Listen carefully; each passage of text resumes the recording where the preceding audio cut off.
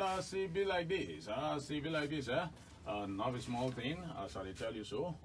Welcome, welcome, welcome. We're still there on top of closing jolly for Go Slow debate. And I don't tell you before, say we will bring somebody we don't decide to say yes, himself won't run as a president for this country. And because since we didn't born us now, the same faces, now we don't see for both for military and for politics. I don't tell you before, so make you join us on Wazobia Facebook Live, as we did now. We did live all over the world, the way where we do them, the time we fella do to a show like James Bond. And the way where we do them, with those people where they make peace all over the world, from Korea, when they show, you watch them live and you contribute. So many people say don't begin to join us. Akim Bello, I don't see you. David Dogara, I don't see you live and direct. All right, as it be so, the man, we say yes, enough is enough for those people where we say they don't see them faces since 1960 where we get independence. All right, we get Omoyele Sowore, where we say that I'm the Oga of SAHARA Reporters. Welcome to Wazobia FM. Thank you for bringing me to your show tonight. Confirm. All right, as it be so now, we go want to make you take your hand, take care, introduce yourself the way you take like him. Go to your position, everything where you do, make you let people know small profile about yourself. Yes, my name is Omoyele Sowore, and up until now, I used to be the publisher of SAHARA Reporters. Okay. Now I'm a presidential aspirant for 2019, who has made up my mind alongside other young people to kick out all the old guards that have put the destiny of Nigeria on reverse. And that it is time to move past them and move this country on the path of progress, peace, and prosperity that we deserve. And there's no apology about it. All right, you don't hear him. He say no apology about this. Now, how long it take you to make your mind? Well, I would say that it took me, I cannot decide or tell you exactly how long. It took a variety of things, you know, just like most of us. Something pushed you in the right direction, some in the left direction, some left you in the center, some left you confused, depressed, angry, and at a point you said to yourself, you know, what the heck? We cannot just continue to be watching while these people continue to run us ragged like this. That it's time for us to take a stand. So I would say maybe 5 months ago, 5 to 6 months ago, that was when I was pushed to the wall. Okay. On my own end of the spectrum. And all right, it's time to step up to the plate. All right. Use your one statement where I will take follow you now. You said that was when you was pushed to the wall. Who pushed you to the wall? Well, it's a variety of situational variables and circumstances. You feel like say your grandma they too much. Those market women, they're not going to understand. They don't understand. I want the market woman to call their sons. They come. When you come, they break this thing down to my level. Because this is family time. Okay. When I was growing up, if they wrote letter to my mom, she would read the letter up to the point they say, please come and help me explain the rest of the letter. Yes. So this is something that the entire family must get together and start breaking down to themselves and say, hey, you know, it's not about grammar. There's nobody who doesn't understand hunger, starvation, disease, sickness, ignorance in this country that has been visited upon us for 58 years. It doesn't need big grammar because your stomach is probably rumbling now because you have not been able to eat more than once. You are probably sick because you don't have an hospital to go to or a doctor that you can trust. Your child is going to a school you probably don't like. You are driving on a road that you almost died on maybe a few years ago. You don't have the things you need. You don't have the dignity you deserve in this country. You can't even make decisions that are simple as deciding where you want to work and find a job there. You can't live in a country where you say, well, you know, I'm a Nigerian. People look at you and say, oh, that's a great country. It's so many things for so many people, and we must be tired by now.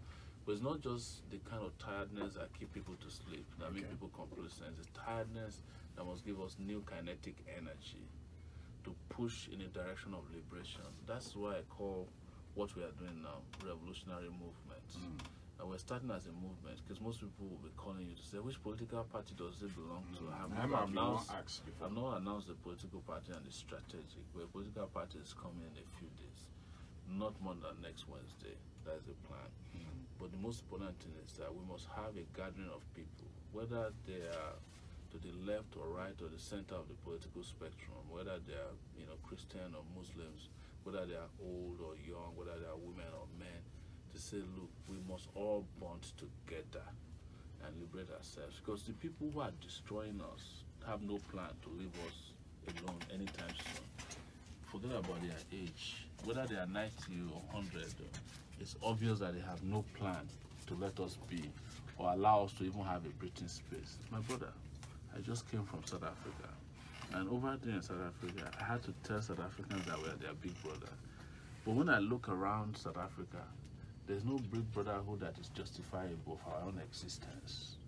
Because South Africa has good roads, they have electricity, they have almost everything working for them. There's nothing like that in Nigeria. But the reality is that Nigeria did not become what it became today because it was designed to be so, because we don't have resources. It's because they designed it to be like this. The impoverization of Nigerians is a social experiment of the rich, the powerful, and the politically connected. That look, we are zeroing in on these people, and we must punish them with poverty. We must punish them with ignorance. We must punish them with sickness. We must punish them with lack of awareness of anything around them. We must punish them with lack of opportunity. It was designed that way by the leaders of the country. How do you know? Because on the contrary, they are doing very well for themselves. They have houses all over the world. They have in Dubai, some of them have in the UK, they have in America. There are single individuals that have houses in at least 5 countries: South Africa, United Arab Emirates, the United Kingdom, US, and they have in Canada 1 individual. So they are doing well for themselves. But they have decided that the rest of us must not do well. And it looks as if some of us have decided that we have accepted that condition of never do well. And those are the people who continue to justify why we must continue to suffer. There are people as we speak now who will be arguing on social media, in their houses, in beer parlors, in churches, mosques, that, oh, let's give them another 4 years. Maybe then we can figure out how to get out of this wilderness. It's not going to happen. Right. Another 4 years in your life, in the hands of these people, will take another 20 years of health out of your life. All right, you don't hear the talk. I come, make I rush, do small business. When I come back, we go enter seriously, begin to the ask and question as the presidential candidate way him be. Wazobia FM, expensive signal. Viewers are on, right?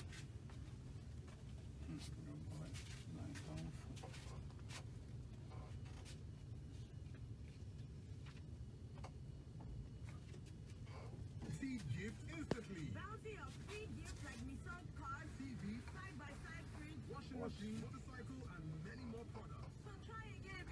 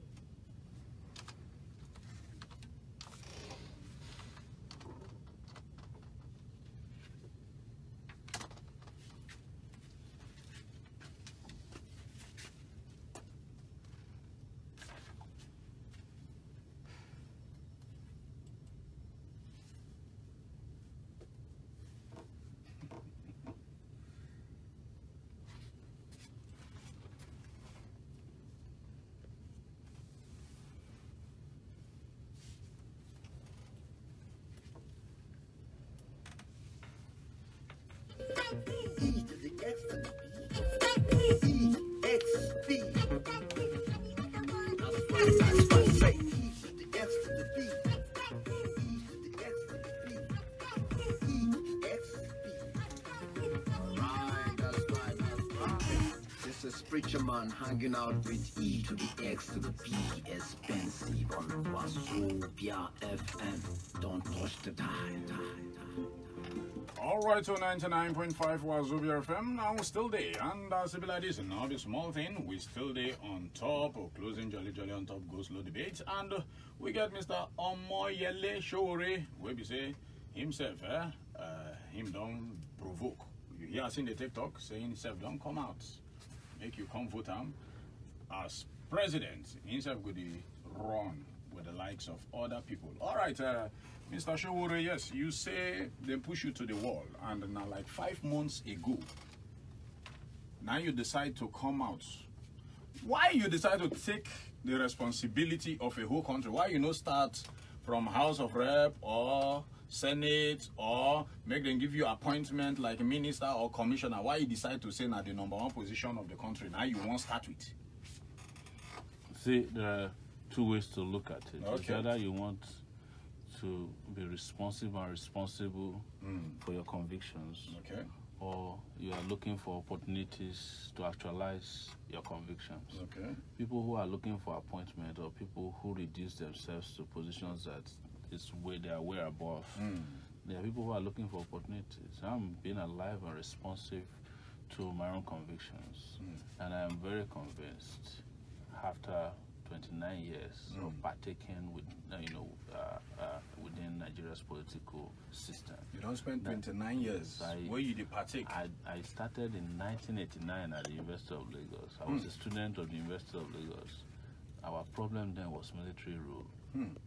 When everybody was kissing up to Babangida, Abacha, we went on the streets and fought them with Ganifa Weminde, Wale Soyinka, Bekor and Son Kuti, Lechima Obani, Olusegun Mayegun, Bamidele Aturu, even Jega will be INEC chairman. And all of us around the country fought Kensarawiwa to get the military out of the way. That was our first battle. I was a young person at that time. When they annulled Abiola's election, I didn't ask for appointment. In fact, people who were on Abiola's side when they annulled the election, all of them got appointments. People like Chief Jack Conde, Baba Tope, Jonathan Zwingina, they got appointment from the government. We said that's not what we want. We want a country that works. When the military left in 1999, I could have gotten an appointment too, because I was sufficiently popular as a young person and a fighter, activist at that time. But I wasn't interested in an appointment. I left the country, went to live in the U.S. When I got to the U.S., discovered that they had already blindsided everybody. Okay. Set up SAHARA reporters, which you mentioned earlier. For 12 years now, started fighting the system. What I'm trying to tell you is that anybody who feels that his capability is councillor is free to go and run for councillorship position. If you think your capability is senator, go for senator. The one that I feel capable of doing and doing better than anyone who is in charge today is the presidency of Nigeria. And I'm coming boldly, and I've come out with my agenda, manifesto. I have also attended 60 events in the last, more than 60 actually, in the last 5 months that I started. And they are events that were not programmed. People are free to ask me questions, make comments. I traveled around all the 6 geopolitical zones with no police. I went to places as far as Zamfara. I went to Benin-Kebbi, went to Jalingo, Yola, and I exchanged ideas with young people. I let them talk to me. What I call a need assessment tour of the country. Went to places like Owerri, went to Aba, Umahia. I visited radio stations, TV stations. I went to the War Museum, so that you understand what Nigeria is all about. And I came to the conclusion that, in fact, I am probably better than anybody who's ever run this country before. Based on the understanding, based on the stamina, the energy, the competence, the integrity. As a young person, I'm 47 years old. Not necessarily a youth, as the United Nations might describe it, but I'm very youthful. There's no question. And I said to myself, why would a country so blessed with 198 million people allow itself to be mismanaged by just a few of its citizens? Okay. These old people that we are talking about, some of them don't even know their age, and they are gathering around us like vultures. It's as if they are waiting for us to die so that they can pounce on our carcass. And that is the reason why there's no way I can argue otherwise. Now, to make it clear to people that let's do it. What do we need to do? Let's find a competent person to manage this country. Other countries that I have been to in recent times, years, don't even discuss road anymore. Because road is something that they have put on autopilot. They don't discuss schools anymore because education is something that is part of their natural existence. But here, you are still looking for a president who will construct the road from point A to point B. So if that's where we want to start from, we might as well do it very well. But we cannot continue to allow borrowed voices, hands, incompetent, sick, old people to keep managing this country. And they have demonstrated over the years that the only thing they know how to do is to destroy Nigeria. The only thing they know how to do is to impoverize Nigerians, is to oppress Nigerians. And I'm calling on Nigerians that every act of oppression must necessarily bring resistance. The point of resistance is now. We must resist these people and stop genuflecting on the altars of fallen gods in our nation so that this country can become a nation that you can be proud of. If you can't do it for yourself, let's do it for our children. All right, we're going to cut them small because we'll get many talk today. Now, you say you get the capacity to run this country. Yes. You know, so it will be 180 something million. 198 million. 198 million. That's the first test I passed on your show. I know the exact number of citizens.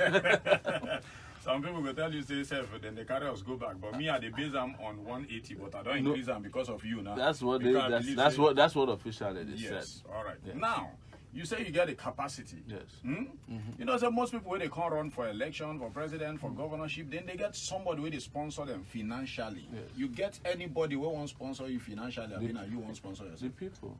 So when I started, I engaged technology to raise money. What nobody has ever done in Nigeria. There's something they call GoFundMe. Okay. I went and signed up there and said I want to be president of Nigeria. And people have been contributing money to GoFundMe. I've raised $62,000 so far. No Nigerian candidate has ever raised that much money on GoFundMe publicly. It's transparent. If you go there tonight, you go to gofundme.com/Sowore2019. It'll give you the exact figure. It's like a counter. As people are donating, you're saying it's transparent. All right. Yes. Now, GoFundMe don't fund you. Yes. What do they try to tell Nigerians now? Because not be me you they tell. No, say no single individual, no godfather for anywhere. We hide one place, push you, say, Sowore, oh yeah, go, I did your back. When you enter there, give me my money back. Nobody. It's Godfathers are going on retirement after we win this election. Godmothers are going to be eviscerated from our political system. I'm here to retire Godfathers. The Godfatherism of that's killed Nigeria is what I came to stop. So there's no Godfather hiding. It's the same thing that people asked me when I started SAHARA Reporters 12 years ago. It's not possible for you to have a media company that is as powerful. First they say, where are you getting your information from? You must have a Godfather that gives you information. Then later they say, you must be getting a Godfather that gives you money. And then when they realize that there's no Godfather, like I usually say, they will say that somebody is using me. When it was Obasanjo's time, he said it was Atiku that was using SAHARA Reporters. When we were against Atiku, they would say na Obasanjo. When we were against Yaradua, they said na Jonathan. When we were against Jonathan, they said na Buhari. When we were against Buhari, they said na Tinubu. When we were against Tinubu, they said na devil they use us. All right, before we go to business. Now, you just mentioned you were against. Why you did against all the governments? Because we have not had government that we can be for in this country. We've tried, you know, and government is supposed to work for people. And when government works or is working for people, yes, even if you're against the government, it doesn't matter.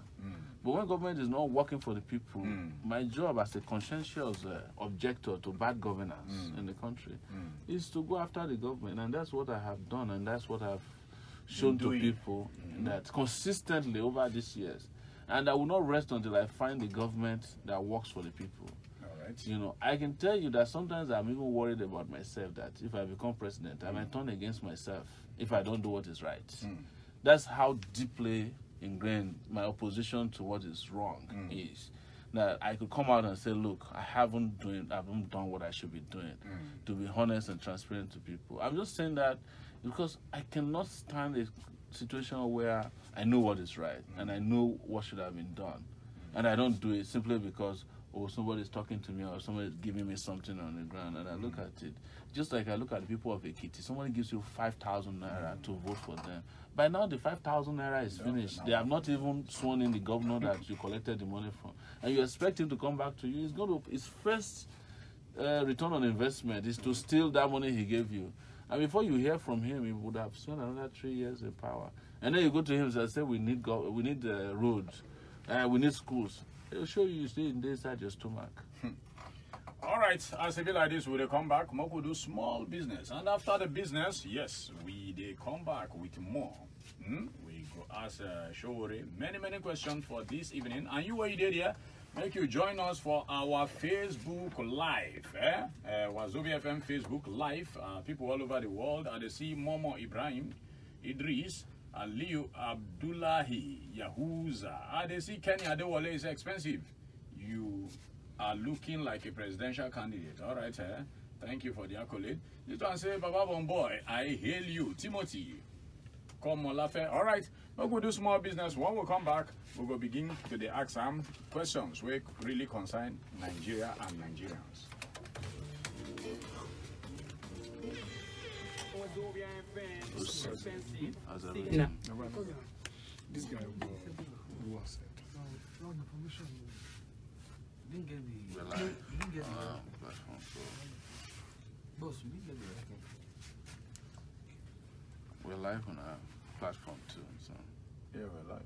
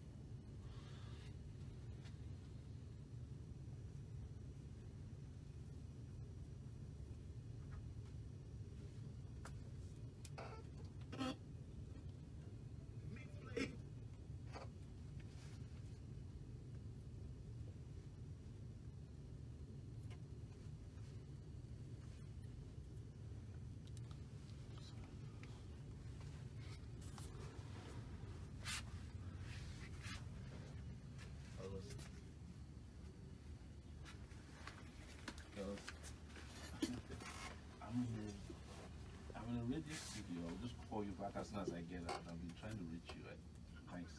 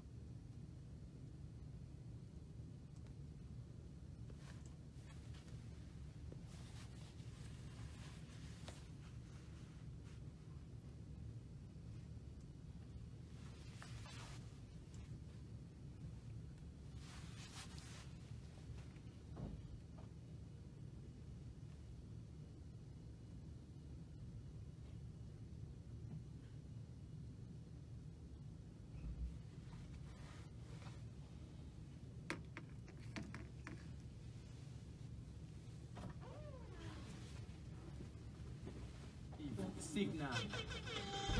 Okay, I stand here in front of you in this democratic dispensation, and I'm chilling right here. They call me to Baba for before I proceed. Let me introduce myself like that.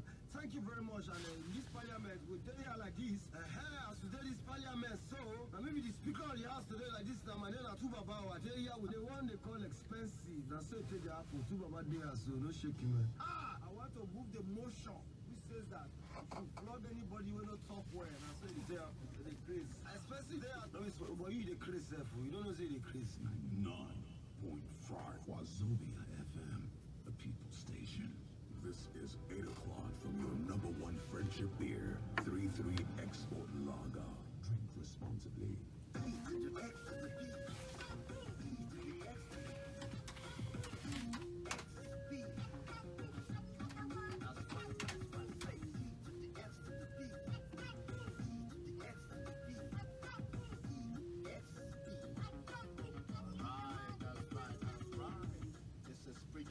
Hanging out with E to the X to the P, expensive on Wazobia FM. Don't touch the time. E to the X. 2 boys, 1 mic. We love Nigeria. Every day we All right, so 99.5 Wazobia FM. Now still there, so and that's like this, not a small thing at all. Yes, we still there with the presidential candidate, Mr. Omoyele Sowore. You not put chief, you not put doctor for your name. No. Just I have aversion to titles. all right. I hate people who are going around carrying titles. Okay. They are the ones who got us to where we are. All right. It's part of the fakery of lifestyle in this country. It's part of the reason why, as SAHARA reporters, I don't accept advertisement from people celebrating birthdays, chieftaincy titles, and all of those very, very vague and fluffy things that just have defined our lives in this country. We have to move from, we will have to move from where we are now to real substance. All right. Yeah. Okay, now, so be like this. Waiting be your manifesto where you get for Nigerians, because people need to know your manifesto. Not be sudden with us jump on you, say, okay, we'll vote you. Waiting be those things. We have our manifesto spelled out in an acronym known as Spicer Heat. Spicer Heat. Yes. And the word S Okay. represents security. Okay. P represents power. Okay. I represent infrastructure. Okay. C represents corruption, anti-corruption. So we will fight corruption to a standstill. Okay. E, economy.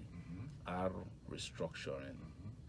H, health. Okay. E, education. A, agriculture.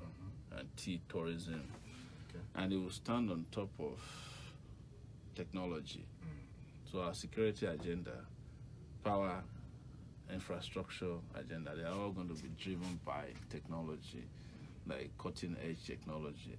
That is to say, you want to fight Boko Haram, it's not just about walking around with the place with AK-47 alone.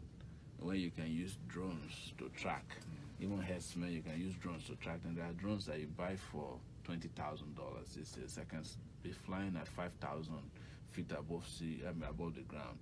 Nobody can shoot it with a gun. That can track people who are committing crime. So before you even unleash police to go there, the drone can travel there on your behalf, and you can be watching live what people are doing around there without them seeing the drone, because it's not within range of their visibility.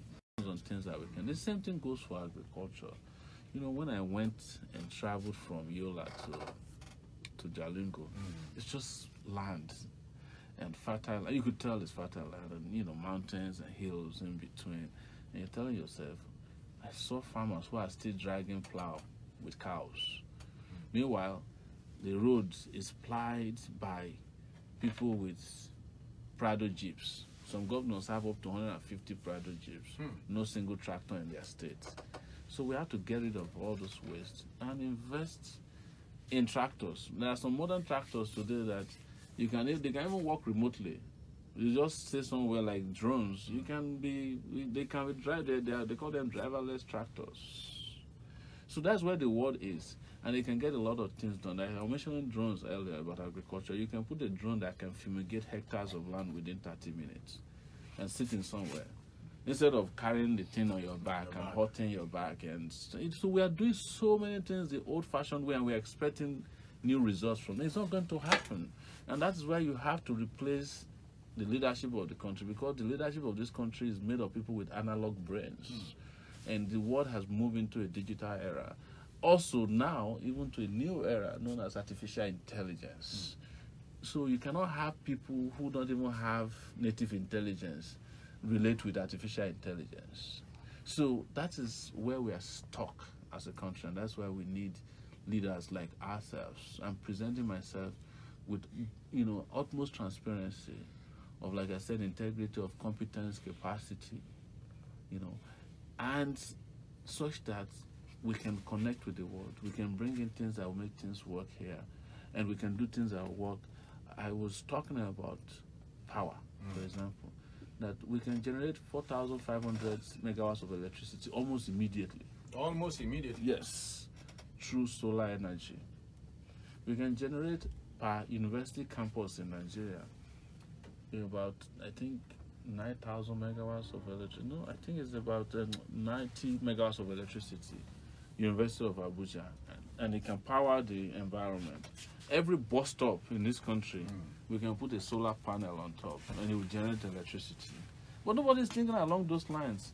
We are still thinking about how to go and import heavy machinery that will come into the country, and then you bring contractors and you bring Oyinbo people to come and set them up, and before you know it, 4 years is gone. But the 9 megawatts of electricity I'm talking about can be done in 90 days. Just 90 days, I'm telling you, 3 months. I'm not making this up.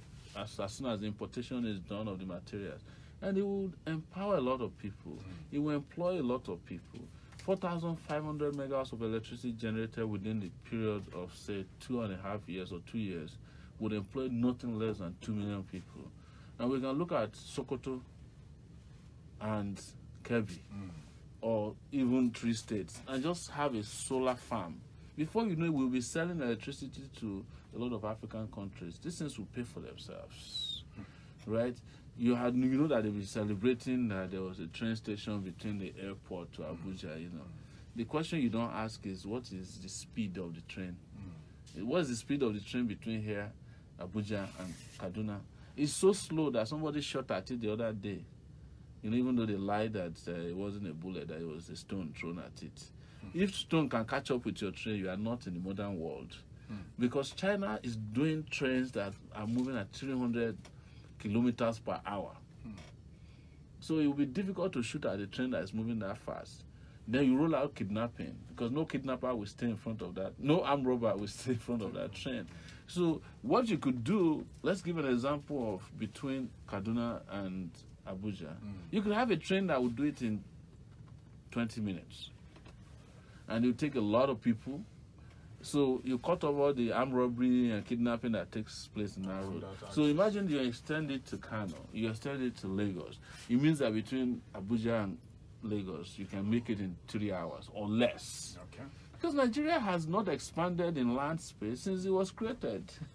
You know, in 1960 or whenever Nigeria was created, this same land space is what is the same land space we have when oil was selling for $20 per barrel, that we have when it was selling for 100. But they keep complaining. Yes, we have more people, population-wise, but that doesn't stop you when you allocate resources to build roads.